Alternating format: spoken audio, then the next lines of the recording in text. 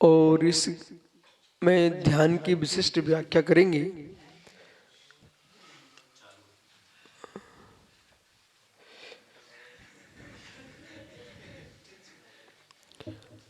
तो यहाँ प्रश्न है, अध्यात्म योग क्या है?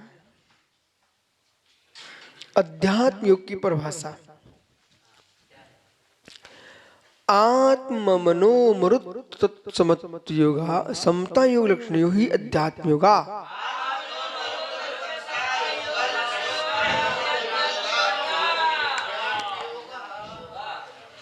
अध्यात्म योग क्या है?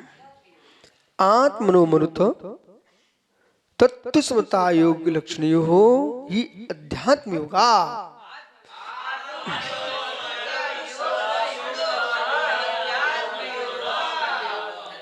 एक व्यवहारिक सामान्य लोक की दृष्टि के साथ यह अध्यात्म की परिभाषा है। तो हाँ, पूर्ण परिभाषा ही है। अब क्यों है पूर्ण परिभाषा? देखो इधर सूत्र पर देखो, सूत्र पर मत। अब जब योग की व्याख्या आप करते हैं, योग योग योग यानी ध्यान, तो फिर ज्ञानानंद जी ग्रंथ में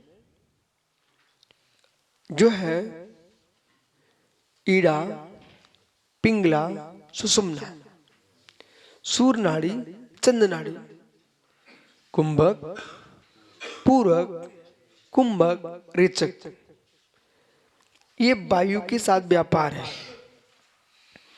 चंचल चित्त प्रारंभिक शिष्य के लिए मन कैसे बस किया जाए, तो आप अपनी ईड़ा, पिंगला, सुषुम्ना तीन नाड़ियों पर विचार करो।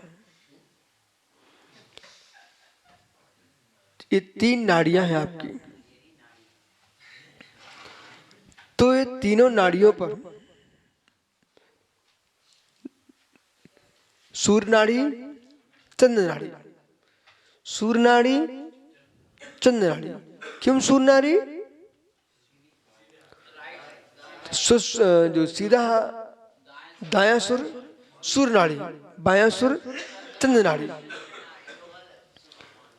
अब युगल एक साथ चले तो बनता है सुषुम्ना।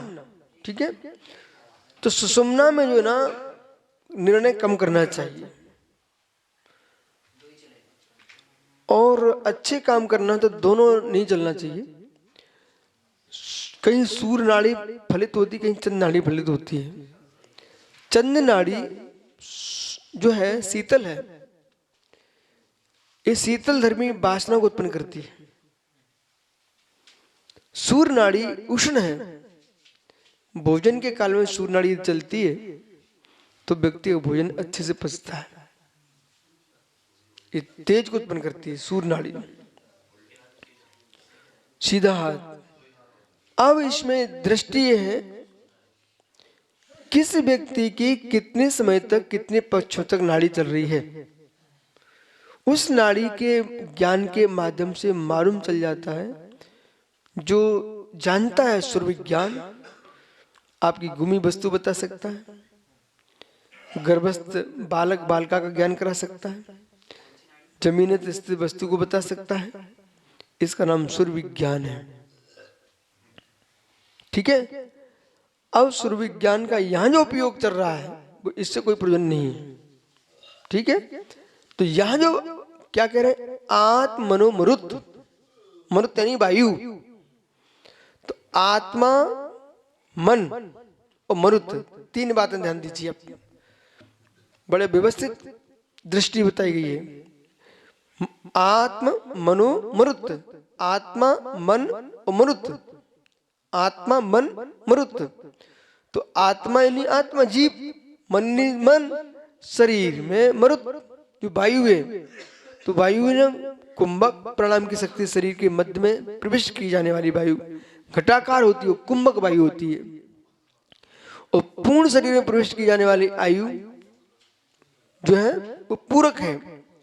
और धीमे धीमे धीमे धीमे उसको बाहर करना वो क्या है, रेचक।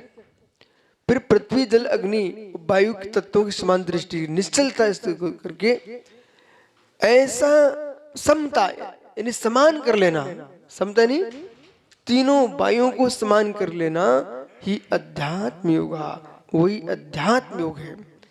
अब ये हो गया दार्शनिक व्यवहारिक दृष्टि का अध्यात्म योग। ठीक है, अब हम चलते हैं, इसलिए बुलाने का एक रूप है। अब चलते हम जैन आगम का गुणमयी अध्यात्म योग। माँ चिट्टे माँ जंपे माँ चिंते कि होइत्रो अप्पा अप्पा मेरो इरमे परम हबे झाणम। जो परम ध्यान है वो अध्यात्म योग है, जिसमें कोई चेष्टा नहीं है, कोई जल्प नहीं है, तंत्र नहीं है, मंत्र नहीं है, कोई विकल्प नहीं है, विकल्प शून्य आत्मा में आत्मा का रमण, ये अध्यात्म योग। इन दोनों अवस्थाओं को समझ करके उस पर आप विशेष व्याख्यान करेंगे।